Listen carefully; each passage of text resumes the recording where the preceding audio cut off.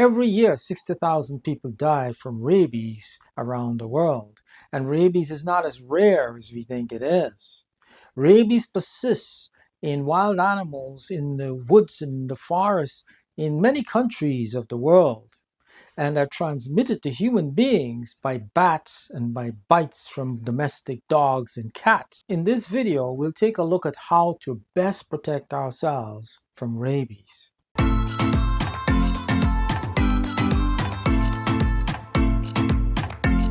Just today, 160 people died from rabies. And yesterday, 160 people died from rabies as well. In fact, every 9 minutes someone dies from rabies. In the past, rabies was one of the most dreaded diseases to afflict mankind, and it fueled the myths of werewolves and vampires the world over. Every dog, cat, and bat was suspect, and people went to great lengths to avoid contact with strange animals. And their fears were well founded, because 9 out of 10 of all cases of rabies, human rabies, are caused by domestic dogs. And once the clinical disease has occurred, it is almost 100% fatal. So is there anything we can do to increase our chances of surviving an attack of rabies? Most of the cases of rabies in the world today occur in Asia and Africa, and the disease is endemic in many of the countries in these two continents. Although there are animals such as wolves and foxes and skunks and raccoons and mongooses that can act as reservoirs for the virus, the most important reservoir in India is the domestic dog. And India is the place where 6 out of every 10 cases of rabies in the world today occurs every year. In the United States, it's bats and skunks and raccoons and foxes that are the reservoirs of the wild virus. In Europe, it is the raccoon and the red fox. In Africa, it is the domestic dog and mongooses. In the Americas, most cases of human rabies are caused from bat bites, and vampire bats frequently transfer the virus to livestock in the Americas. The virus enters the human body through breaks in the skin.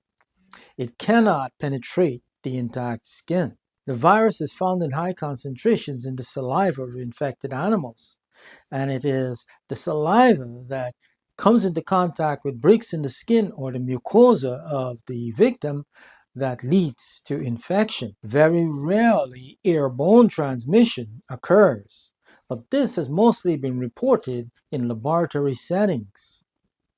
Human-to-human transmission has been reported with organ transplants such as corneal transplants or solid organ transplants like kidney or liver transplants. These were cases where the donors of those organs were misdiagnosed as having Guillain-Barre Syndrome or a stroke, when in fact they were suffering from the paralytic form of rabies.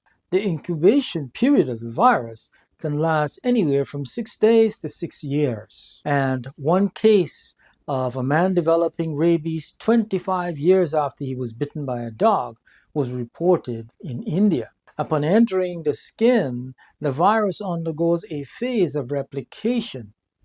From there, it travels up the motor nerves to the central nervous system, where it replicates further and then travels down the sensory nerves to organs in the body and to the skin. 2 forms of rabies are recognized in humans.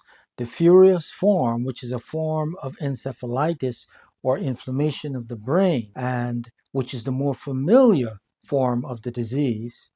This is usually accompanied by hydrophobia, which is a spasm of the throat and of the muscles of the chest that cause the victim to be afraid to swallow, and aerophobia, which is the triggering of this very same response by a draft of air. And these are usually accompanied by very aggressive behavior. The paralytic form of the disease is a flaccid or loose paralysis of a limb, and this can travel up the limb as the disease progresses, it is usually not accompanied by hydrophobia or aerophobia. With a mortality rate of almost 100%, only 29 cases of people having survived clinical rabies have been documented so far in the world. Of those 29, 27 of them had received either pre or post exposure prophylaxis in the form of the rabies vaccine. The two that did not receive prophylaxis were in fact infected by the bat variant of the virus. And we know that the bat variant of the virus produces a syndrome, a clinical syndrome, that is different from the dog variant of the virus. Post-exposure prophylaxis involves the thorough and meticulous cleaning and disinfection of the wound, along with the injection of the wound and the surrounding tissue with rabies immune globulin.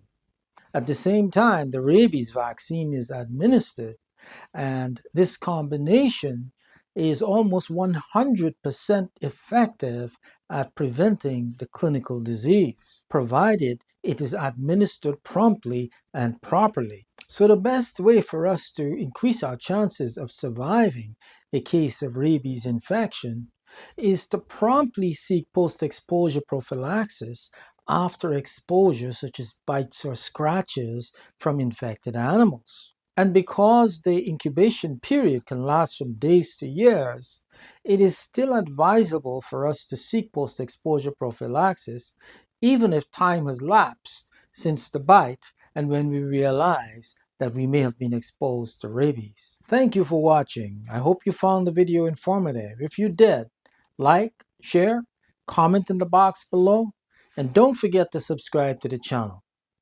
I'll see you in the next video.